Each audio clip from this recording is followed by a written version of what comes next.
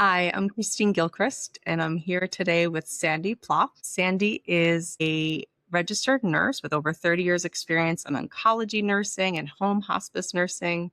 She's a certified spiritual director and Reiki master. And we met back in 2022 in an online course through Huntington Meditation and Imagery Center. Somewhere along the line, realized that we actually lived one town away from each other. So we started spending time in person, having very long discussions. And since then, she has published her first book, which is Memoir of a Fellow Traveler, Thoughts on Bumpy Roads, Healing, God, Grief, and More, which is available now on Kindle and paperback through Amazon. So I'm really happy to have this time with a fellow seeker. Welcome, Sandy. Thank you. And I feel very honored that you took time to speak with me about my book today. It means a lot. Tell us about your experience writing the book. So, what made you decide to write it? Well, I should back up. And I was thinking about this morning. I wrote some things in my author's note about how I felt compelled to suddenly begin writing, but it has been on my mind for years off and on. Never had the courage, never thought I had anything really to contribute that wasn't already said. And what I realized this morning is three things came together. And I think it's kind of important for those who might consider writing things. Sometimes it's a process. One of the things that I don't think I realized until this morning was the impact of my husband's death. He died on January 1st, 2023, and he left his own legacy of warmth and family stories, and just he didn't need to write a book to leave a good legacy. And of course, the first year I was very busy taking care of things, and grief is an ongoing process that it kind of can go up and down. But after a year, I had healed enough that I had the energy to take on new things for the next part of the process. During the same time, I ran across a folder that had a bunch of old journal pieces of paper that I had written. I loved to write things when I would be pondering something, but I was never a formal journaler. I would just take out a piece of paper and write, usually longhand, sometimes type, but I would say 90% of the time it would just be in longhand because that would slow me down and really let words come through me rather than just from the jumble of our mind that happens all of the time. So I'd stick them in a folder. So I ran across this folder and I went, I always wanted to do something with this. And I went, some of these are very vulnerable. I don't know if I want to share those. And I did feel like I wanted to write something. So that's kind of been something ongoing for years. So it was the combination of realizing, gee, it might be nice for me to leave a legacy for my family. I'm a pretty transparent person and my family knows me pretty well, but I have this reputation of being kind of a forgetful, zany, a little bit scatterbrained person. And I don't think that many of them knew the deeper part of me that just really loves to think and ponder and struggle with things. So I thought it'd be nice for them to know that part. And it wasn't something you would sit down and have a conversation with each person. So I thought it might be nice to try and do a legacy book. So that's kind of what started it. And then, of course, running across the journal pieces. And the final part was people have told me that I write well and that I should write a book over the years. And again, I've always been intimidated by the idea and the inner critic saying, who do you to write a book? I shared some of this in my author's note. What do you have to say that hasn't been said already? I just woke up one February morning saying, I have to do this, and just felt compelled. And I think actually being older, I will be open and say that I was 78 when I began this process. And I think it took me to 78 to not care, to not worry about what is somebody going to think if they read this, or how are they going to respond to this. It finally became about needing to do this for myself. And then as I was writing, I felt, oh, wow, maybe this would be helpful for somebody else to hear. Not that I have new wisdom, but that this might resonate with something in their own life. So I thought, I'm going to be very authentic and honest about what I write. with the idea of kind of letting it go. And if it touches somebody and refers them back to their own experiences, that would be wonderful. So it became kind of a process. I think it started off as a legacy. And then as I was writing, there was a desire to share with other people. And there was definitely a desire to have people or to point people back to their own lives. So I ended up adding reflection questions after each chapter. And that became very important to me. So that was a whole thing. But I can say that I actually just woke up approximately a year after David passed and said, if I don't do this now, I'm never doing it. And all of those other thoughts came along as I began writing, and it became therapeutic for me. And I was actually able to let go of who might read it, how they might feel about it. I mean, I still have we all have those inner voices. And I probably rewrote and rewrote and rewrote. I have a friend who was helping me format the book, and she goes, all right, this is the last rewrite we're doing, because I've worked with you before and it will never be finished. So there are still things I look in the book and I went, oh, I should have phrased that differently, or I should have corrected that. Oh, was there a typo? And I did, and I will give her credit. One of my daughters, Michelle, did do a copy edit going through the book and trying to find typos and, if it needed a punctuation. I also did hire an assessment editor. I found out all of this information as I was writing the book, of how many people can be involved. And an assessment editor looks at the content of your manuscript and then helps you focus in. This has this strength. I think you should put more in about David if you want people to care about it, things of that nature. She also helped me decide what chapters I should put first. And I never would have put the God chapter first. But she said to me, that's the core of who you are. And I went, oh, but it might turn some people off. And I went, wait, that's that inner critic popping up again.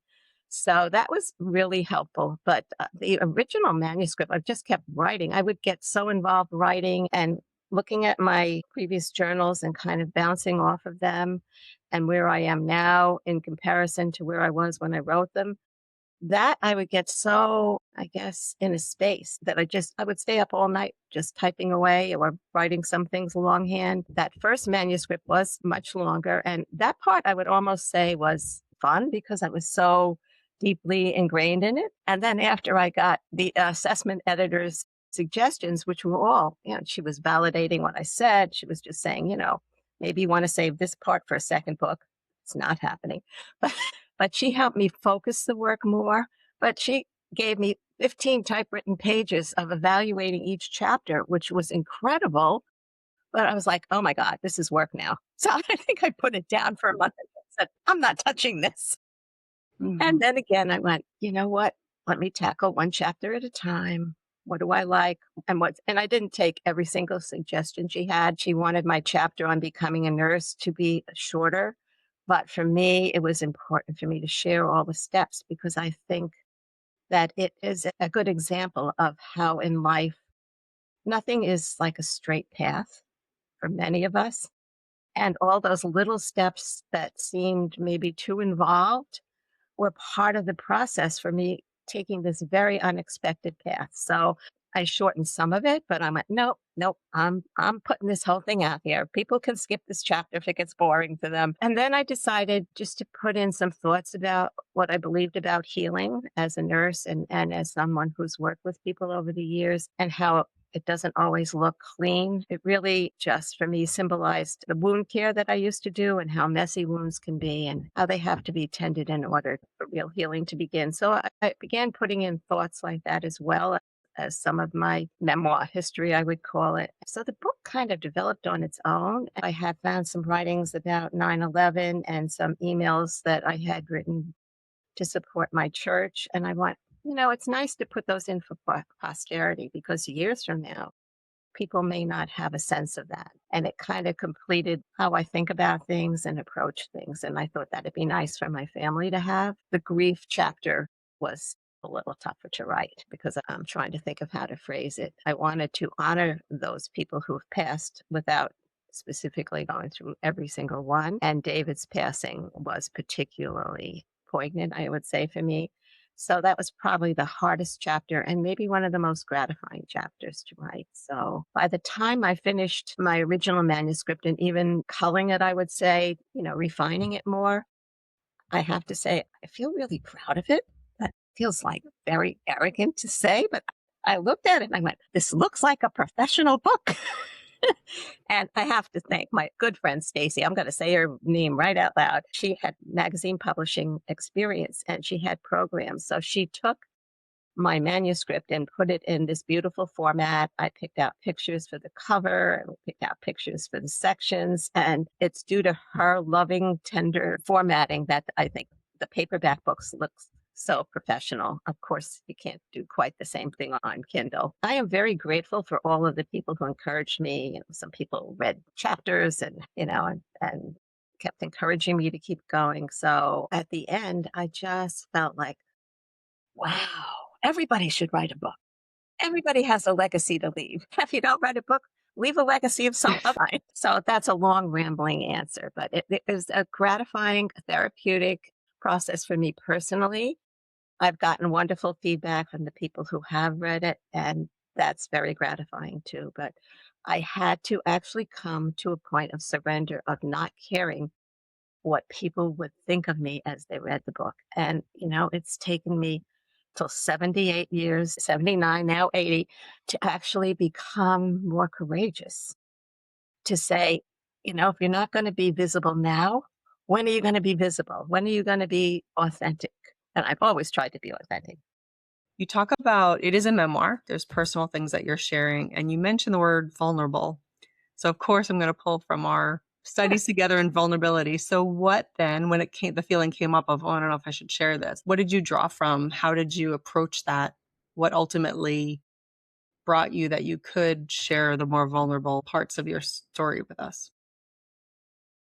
That's an interesting question. I think I came to first trying to do some centering before I would write so that the inner voices became quieter, the judgment. And we all have inner voices like, don't share this. This is stupid, or this is not wise. Or why are you letting yourself put that part of yourself out there? And I realized that we all have this place of vulnerability. And I think that when we become visible and authentic, that's something that resonates for other people and maybe encourages them to take a risk. Maybe it's in a small conversation. I think we all have a deep need to be known. And yet there's that hesitancy to let ourselves be truly known. And yes, there will be people who don't accept certain parts of ourselves, but there will be other people that it means something to because it resonates in their own life. And I think that's what encouraged me between the centering and those particular thoughts. It gave me the courage to push forward because I just wanted to encourage other people to look at their own lives and what's been gained and what's been lost. You've definitely done that in your reflection questions. So the book is a memoir, and I'm curious, how did you think to include reflection questions within your story? How does that connect? Well, I had been thinking about it. Originally, I thought the book was too short. So I had some friends and went, this really lends itself to reflection questions. I went, more work. I have to come up with reflection questions now. But it really was part of the purpose of my book. So that's how that developed actually after I had written the manuscript. And the assessment editor mentioned too, this is the type of book that would lend itself to reflection questions. She knew my intention was to help, aside from wanting my family to have something that they could hold on to long after I'm gone. She understood part of my purpose was also to be of service to other people and not for it to just be about me. That's always been my work in every area. That to point people back to their own wisdom and their own stories. And I like the term what's been gained and what's been lost. It's just a phrase that comes to me. And we were all fellow travelers. I think the questions really allow an opportunity when I'm hearing you now say you think all of us should be writing a book to get in touch maybe with a different aspect of oneself than we do in the day to day. So yeah, the reflection questions I think are certainly a surprising part of this book, but do accomplish what you're setting out to do with encouraging people to connect with maybe more vulnerable experiences so that they can share their story if they choose to, but even for themselves to get in touch with that. So knowing that writing a book is a long process, what kept you going? That was hard. Well, as I said, there would be times when I couldn't stop.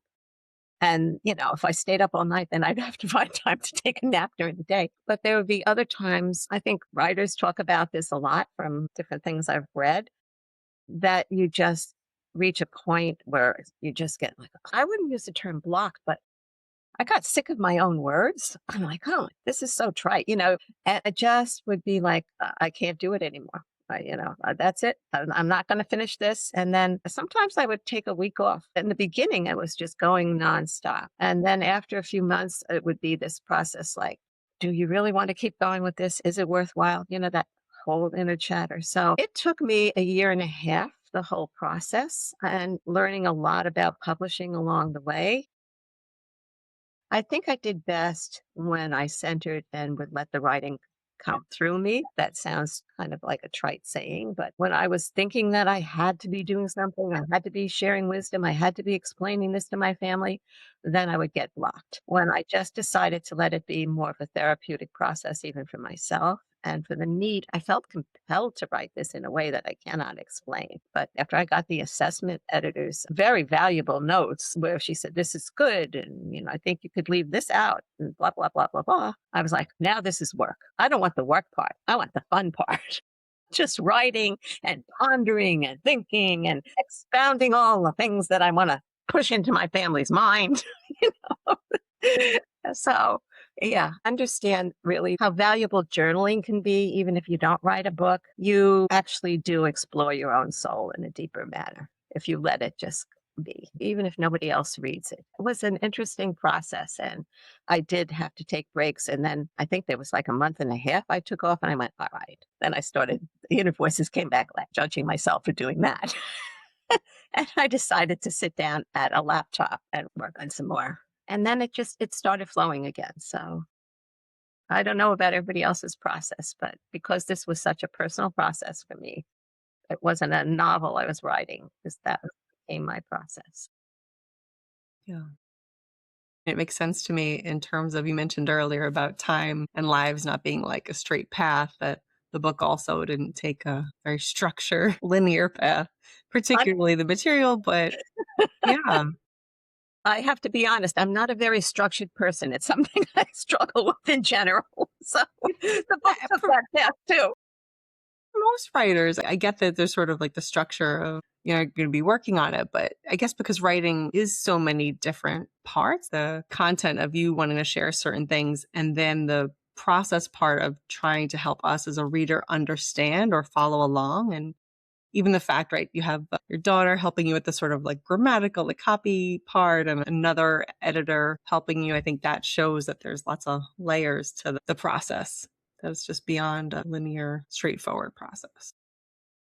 And I did a lot of writing about publishing a book. I was not looking to have an agent, a literary agent, or somebody publish my book. I also wanted control over it. It became like my baby. Like I wanted the cover to be a certain way. I wanted my chapters to be a certain way. I selfishly wanted what I wanted in the book, and I didn't want a publishing company saying, take this out, put that in. I did a lot of reading about self publishing, which is not difficult, but it was totally foreign. I didn't know what any of these editors were. I didn't know anything about writing a book or publishing a book. I just knew about spilling words onto pages and spewing my thoughts everywhere. So I had a lot to learn in the process, which was great, and it's available, and lots of people to help you. And there's websites that have free prompts. So it was also an education, and it was interesting. We always need to keep growing and learning things. So Mhm. this was one of my learning processes over the past 2 years. So you shared, this is on page 70 and 71, not a quiz, but just to set up the question. You shared tips you had learned from a friend from Al Anon about practicing generosity, practicing patience, practicing forgiveness. They're all very beautiful. They start with, and I'll just read one example from the book. On page 70, it says, just for today, find one positive, affirming thing to say or do for your partner, even if you don't feel like doing so, perhaps even more when you don't feel like doing so. I'm curious, those tips, it felt like you've applied them in relationships. So if you could tell us a little bit about that aspect of what you found helpful for them or what others have found helpful in working with those.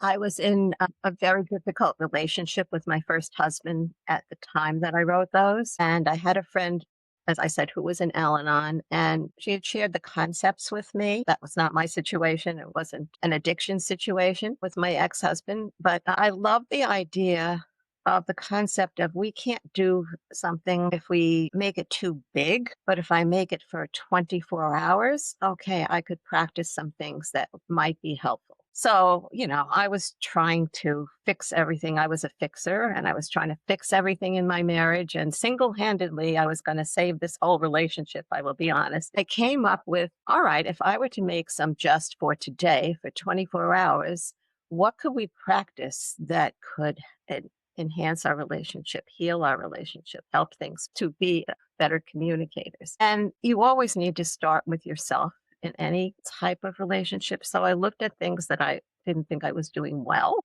And I came up with those. And again, the common sense things that you can find everywhere, but it helped me to actually make this piece of paper up for myself. And that's one of the ones I found in my journal folder and say, this is how I would like to conduct myself in life, not only in a romantic relationship, but in general. And believe me, it falls short all the time. But I thought, this is really helpful. Of course, and I typed them up. I put them someplace. I might have even put them on the refrigerator. Of course, my first husband had no interest whatsoever, just thought I was insane. But it also helped me to clarify that this relationship was not going to work. One person cannot single handedly save a relationship, whether it's a friendship, whether it's a romantic relationship, any type of relationship involves two people.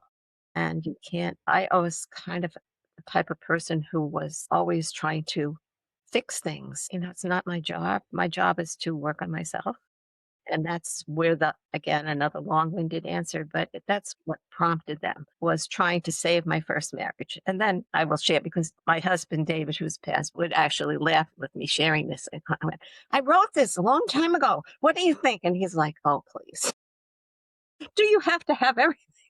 Do you have to think so deeply about everything and have everything in paper? And he just automatically practiced those things. Mm. But he was like, I don't know if I'm going to sit and read this, Sandy. So I think it's funny. And I'm sure maybe my kids reading this are like, sure, you practice this, Mom.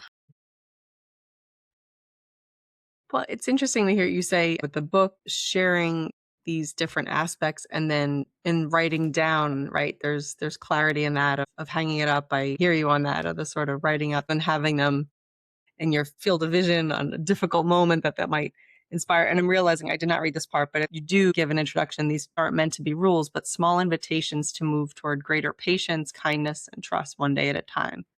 So I think it's a Absolutely. beautiful, It's a good aspiration. It's a nice aspiration. knowing that Reiki is a big part of your practice. You mentioned page 109 from Usui talking about just for today, do not anger. And I thought it was interesting. All of those also have the just for today. So I was curious if you could tell us, as you say, practice and what we're aspiring for. Can you say a little bit more about just for today? Well, I think that is, again, I don't think it's certainly not a concept I've come up with, but I think it's a wisdom that's out there in many forms. I really do believe that if I decide that even if I'm trying to work on health, if I'm trying to work on exercise and diet and anything, even writing the book, if I think of the whole thing at once, it's overwhelming for me. I'm a person who gets overwhelmed if I go in a room and there's a lot of things. So for me, the concept of, right, for this 24 hours, I can try to be the best version of myself, knowing, and again, I have to couple that with we so easily beat ourselves up as well. So it really is practice and not perfection. And I think that in any of the spiritual traditions, this comes up a lot of practice, not perfection. And I like the idea that for 24 hours, I can do something that I may not be able to do for a week. Or I may not be able to do for a month, or I certainly may not be able to do for a year. And that's actually helped me with the book. The philosophy of putting things in bite-sized pieces has helped me as a person because I get overwhelmed by bigger pictures. I like also the phrasing that you've shared with us about an invitation to follow them, that it's not, as you say, hard and fast rules, but an opening, an invitation to live by the principles that you've decided are valuable for you. And I definitely like the idea of coupling it with gentleness toward ourselves because we really do have such an active inner critic, and that will encourage us almost to give up and anything that we're aspiring to, and to actually have a sense of humor about ourselves. Progress over perfection. I hear you on that. I think that's such an important thing to remember, that rather than getting stuck in the critical eye, to see it as each day there's a fresh invitation, another chance.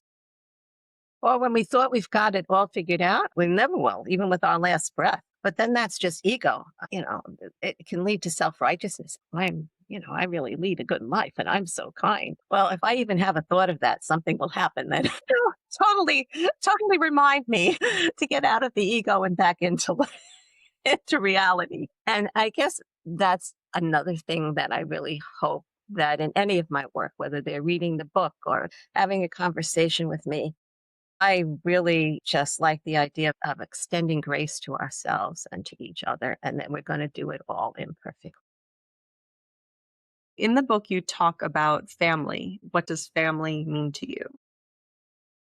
That is a difficult question for me to answer because it's very expansive. Family is my heart, my family relationships, my step family relationships, my extended family relationships. They just hold so much meaning and support and love for me. But as I was writing about that in the chapter, it also occurred to me, and also very aware of dysfunction within my own family in different areas, how family can be I'm trying to think of the right word. I know what it can bring. It can bring up a point of pain for them because their expectations within a family relationship were not met in the way that they would desire.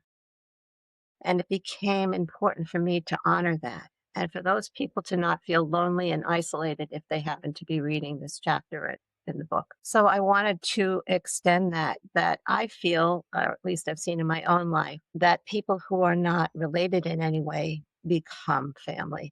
They become adopted family, or close friendships become sometimes more like family than family is to some people. And I wanted to honor that, and for readers to maybe consider the word family in a broader perspective as all the relationships in our lives that support us, because I think that's what we all want to idealize in families. And I actually wanted to maybe prompt people to look around in their life and see who feels like family. Maybe they don't have the title, but who feels like family in my life? Who's there when I really need them? That was important for me to have in the book, and it's kind of a tagline for me. I don't believe we travel alone. And even when we're feeling like we travel alone, of course, I believe there's a higher support as well, that there's a universal family. And that's hard to hold on to in divided times and divided relationships. But that was very meaningful for me to include. And that's probably one of the chapters I'm least satisfied with in terms of the writing. I would like to rewrite certain phrases, but probably will not do a second edition for a while. And speaking of family, I have two little 11-year-old grandchildren, twins, who should be my promoters. They go around telling everybody that my grandma has written a book. In fact, one of them told their mom, I want to give this to my teachers for an end of year gift. I went, geez. And another one who loved writing read the book, and she's actually giving me almost like a book report of different chapters she liked.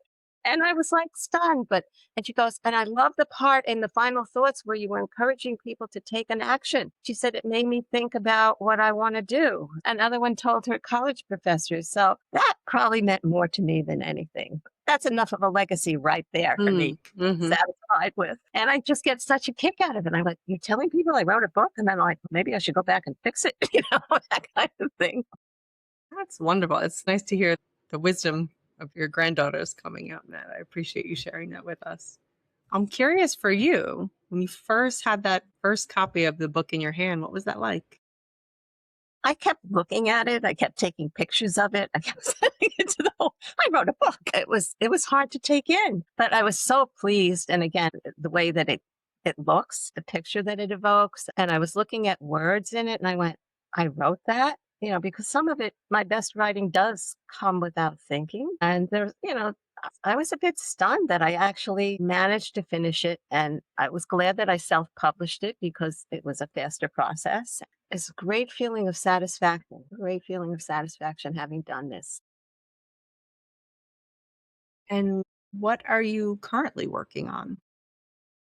Well, I realized since writing the book and that people do enjoy a space where they can be using prompts to think about their own life and reflect on it. I'm in the process of developing what I'm going to call um, Fellow Traveler series, where I'm going to create journey circles. And I've come to realize just from presenting different programs how busy people are. So I'm trying to put it in a format that doesn't feel constraining for people. So I've come up with the idea of doing 2 evenings a month, and it'll be basically on a prompt or a topic from the book, something we might want to think about grief, or do we want to think about relationships this month, or do we want to ponder higher power? I'm not finished with all of the pieces yet, but I do know that I want it to be a situation where people can come in and out. Maybe that particular month, they're not interested in spending 2 evenings to talk about healing or whatever proposing for that month, but they could come back the following month, or maybe they just join one session, or maybe it's an ongoing thing for them because I like the idea of providing a space. I'm going to have meditation, a reflection, time for some personal writing, and then maybe some optional conversation where people can support and listen to one another, and then maybe a summation and closing meditation. And I'm thinking I could do all of that within 75 minutes, but I have to work on that and figure that out more, but it won't be long. I don't want people to feel forced to buy the book. This is not book promotion. This is about supporting people on their journeys. And I think that that could make a nice community for those people who want to hang out. Or maybe it's just a community for 2 evenings. So that's what I'm working on now. I'm also going to be offering services as an end of life doula. I have a passion for working with terminally ill patients and even people who are just in palliative care and their families, because I realize how difficult that is. And when I was doing hospice for several years off and on, that was one of my great satisfactions, I would say. And it wasn't easy, but it's such honoring work to walk with somebody and walk with families who have to deal with such challenging situations. So those are the two new things on top of other things that I'm doing. So I hope to have the journey circles up and running with soon, and I hope that will be ongoing and people can even suggest topics. I don't see myself as a wisdom leader. I guess I'm looking for a right word. I don't see myself as the lecturer. I see myself as a facilitator to help people honor their own lives and their own challenges and their own joys and their own processes. So that's what I would like my work to be in all different areas going forward. People have said, "Oh, write a second book." I want my energy to be outward. I want my energy to be in that direction. And, you never say never, who knows? But anything I provide in services going forward, I hope that's the underlying intention and mission. Nice. And I'll be sure to add your website for your nurse coaching, specializing in clinical meditation and imagery, your services as a end of life doula, and also for these upcoming circles to have reflection and talking about the themes that you mentioned. So, one more question about your book. What is your hope for readers of this book? Well, with your permission, I'd like to read my final words from the book because it sums up for me what I hope for readers of my book, for my family, for anybody who happens to pop in on this interview.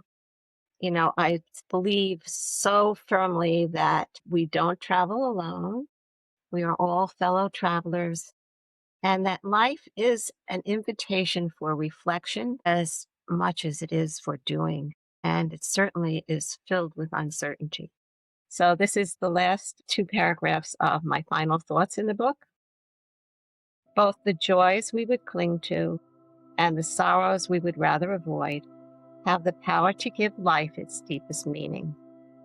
Embracing life fully, with open hands and open hearts, even amid fear and trembling, bring treasures beyond our wildest expectations. As you journey forward, may you find joy in life's small moments and resilience amid life's trials. May your heart remain open and each day reveal the possibilities with a gentle unfolding of unseen blessings. In your quiet moments, may you find a peace that deeply resonates. May you know that you are never alone. That's beautiful, Sandy. Thank you so much for sharing that with us today. Grateful to be on this journey with you, alongside you. Thank you so much. Thank you as well. Take care. And thank all who listened.